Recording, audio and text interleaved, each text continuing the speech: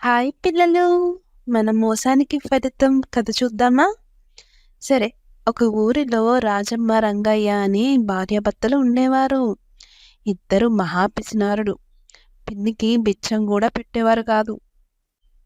సంపాదించిన డబ్బును దాచుకోవడం తప్ప ఖర్చు చేయాలంటే గిలగిల్లాడిపోయేవారు. ముఖ్యంగా ఇంటికి చుట్టాలు రావడం అంటే ఆ దంపతులకి అస్సలు ఇష్టం ఉండేదే కాదు. చుట్టాలు ఎందుకు దండగా ఊరికే వచ్చి తినిపోతారు, దానివల్ల ఎంత డబ్బు ఖర్చయిపోతుంది అని విసుక్కునేవారు. ఒకరోజు రంగయ్య వాకిట్లో నీళ్లు పెడుతుండగా దూరం నుంచి అతని బంధువులు రావడం గమనించాడు. అలాగే వాళ్ళ చేతుల్లో సంచులతో రావడం కూడా గమనించాడు. అమ్మో, బంధువులు వస్తే ఇల్లు గుల్లైపోతుంది అని గబగబా లోపలికి పరిగెత్తాడు.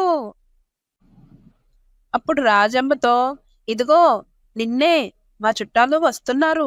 ఇక్కడ వాళ్ళు ఉండకుండా చేయాలంటే ఏదో ఒక ఉపాయం ఆలోచించాలి అన్నాడు.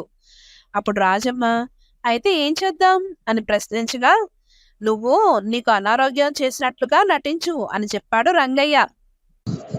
చుట్టాలు వాకిట్లోకి వచ్చేటప్పటికి రాజమ్మ కింద పడి దొర్లుతూ, అమ్మో కడుపు నొప్పి భరించలేకపోతున్నాను అంటూ గిలగిల్లాడింది. అప్పుడు రంగయ్య, నేనేం చెయ్యనే, వైద్యుని పిలుచుకొద్దామంటే చేతిలో చిల్లి గవ్వ కూడా లేదు అని అన్నాడు. చుట్టాలు ఇది విని పాపం వీళ్ళు కష్టంలో ఉన్నట్టున్నారు అనుకుని పాపం వెనక్కి వెళ్ళిపోయారు. తన ఎత్తుగడ ఫలించినందుకు రాజమ్మ, రంగయ్య పొంగిపోయారు.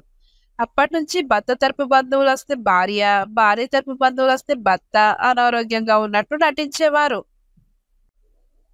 వాళ్ళ ఒక్కగానొక్క కూతుర్ని చూసుకోవడానికి పెళ్లి వాళ్ళు వచ్చారు. వచ్చి ఊళ్ళో వాళ్ళను అడిగారనమాట, వీళ్ళ ఫ్యామిలీ ఎలాంటిది అని. అప్పుడు ఊళ్ళో వాళ్ళు వాళ్ళ ఫ్యామిలీ గురించి, ఏమిటో పాపం పిల్ల మంచిదే, కానీ అమ్మాయి తల్లిదండ్రులకే ఎప్పుడు అనారోగ్యంగానే ఉంటారు అని చెప్పారనమాట.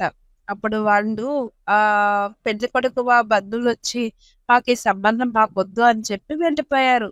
ఆ విషయం తెలిసి రాజమ్మ, రంగయ్య పశ్చాత్తాపం చెంది చాలా బాధపడ్డారు. చూసారా మోసానికి ఫలితం ఎలా ఉందో? మీ అందరికీ నచ్చితే సబ్స్క్రైబ్ చేయండి ఫ్రెండ్స్. బాయ్. మరిన్ని కథల కోసం సబ్స్క్రైబ్ చేసుకుని లైక్ చేయండి.